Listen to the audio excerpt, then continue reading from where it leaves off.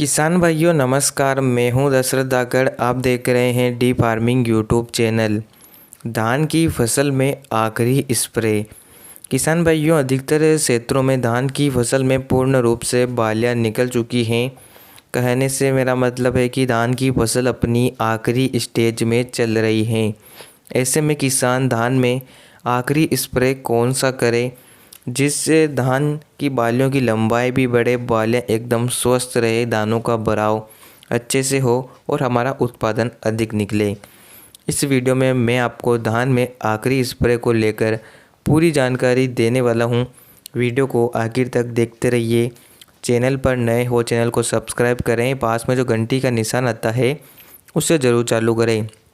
किसान भाइयों, धान की फसल में जब बालियाँ निकलना शुरू होती है, यानी कि जब परागण की प्रक्रिया शुरू हो जाती है, उस समय आपको धान में किसी भी प्रकार से कोई भी स्प्रे नहीं करना चाहिए। जब धान के खेत में पूर्ण रूप से बालियाँ निकल जाती है, 20 से 50% तक दानों का भराव शुरू हो जाता है, उसके बाद आप धान में स्प्रे कर सकते हैं।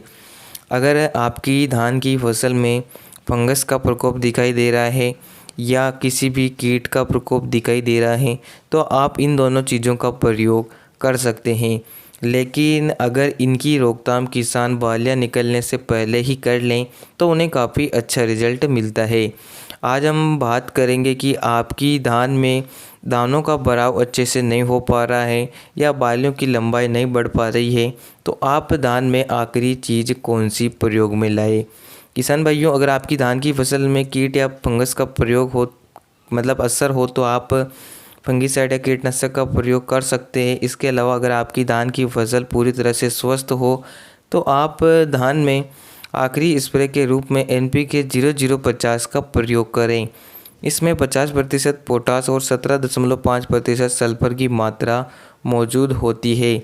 अगर धान की फसल में आप इसका स्प्रे करते हैं तो इससे क्या होता है कि पोटास मुख्य रूप से दाना भराव में मदद करता है, दानों का आकार बढ़ाता है, बालियों की लंबाई बढ़ाने का काम करता है, जिससे हमारा उत्पादन भी अधिक निकलता है।